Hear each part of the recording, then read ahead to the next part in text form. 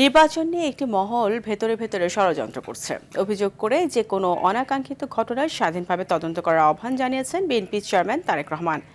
রাজশাহীর ঐতিহাসিক মাদ্রাসা ময়দানে নির্বাচনী জনসভায় এই আহ্বান জানান তিনি। বলেন, ক্ষমতায় গেলে পদ্মা ব্যারেজ নির্মাণের উদ্যোগ নেবে বিএনপি। খান আলামিনের রিপোর্টে থাকছে বিস্তারিত। ক্যামেরায় ছিলেন শাহরিয়ার আহমেদ ইমন। নতুন গল্প গাথা হলো রাজশাহীর ঐতিহাসিক মাদ্রাসা ময়দানে। নেতাকর্মীদের শত শত খণ্ড খণ্ড মিছিল আর সাধারণ মানুষের স্রোত মিলেমিশে রূপ নেয় জনসমুদ্রে।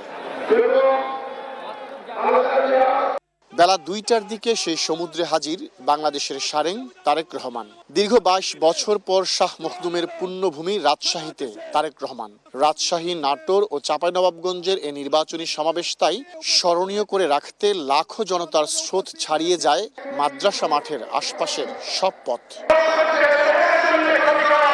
৩ জেলার ধানের শীষের ১৩ কাণ্ডারিকে জনতার সামনে তুলে ধরে তাদেরকে বিজয়ী করতে আহ্বান জানান তারেক রহমান। এনাদের প্রত্যেকের হাতে আমি ধানের শীষ তুলে দিয়ে গেলাম। বলেন, একটি মহল আগামী নির্বাচনকে ভেতর থেকে বাধাগ্রস্ত করার ষড়যন্ত্র করছে।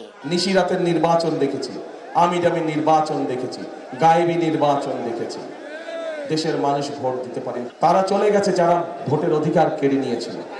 কিন্তু আরেকটি মহল ষড়যন্ত্র শুরু করছে, ভেতরে ভেতরে ষড়যন্ত্র করছে কিভাবে এই নির্বাচনকে ক্ষতিগ্রস্ত করা যায়, কিভাবে বাধাগ্রস্ত করা যায়। আগামী ১২ তারিখে নির্বাচন যাতে কেউ বানচাল করতে না পারে সেজন্য সকলকে সতর্ক থাকতে হবে, সকলকে সজাগ থাকতে হবে। প্রিয় ভাই বোনেরা, গণতন্ত্রের ঝান্ডাকে উপরে তুলে ধরতে কারো সমালোচনা নয় মন্তব্য করে তিনি বলেন, নির্বাচনকে ঘিরে কোনো অনাকাঙ্ক্ষিত ঘটনা ঘটলে সরকারকে স্বাধীন তদন্ত করে ব্যবস্থা নিতে হবে। কোথাও যদি কোনো অনাকাঙ্ক্ষিত কোনো ঘটনা ঘটে থাকে, অন্তর্বর্তীকালীন সরকার আছে, তাদেরকে বলবো সঠিক সুষ্ঠু তদন্ত করুন, সঠিক সুষ্ঠু তদন্ত করুন। সেই তদন্তে যদি বিএনপির কোনো ভূমিকা থাকে সঠিক তদন্ত করার জন্য আমরা সহযোগিতা করব, সাহায্য করব। কিন্তু অবশ্যই ঘটনার সঠিক তদন্ত হতে হবে, সঠিক তদন্ত অনুযায়ী দেশের আইন অনুযায়ী বিচার হতে হবে।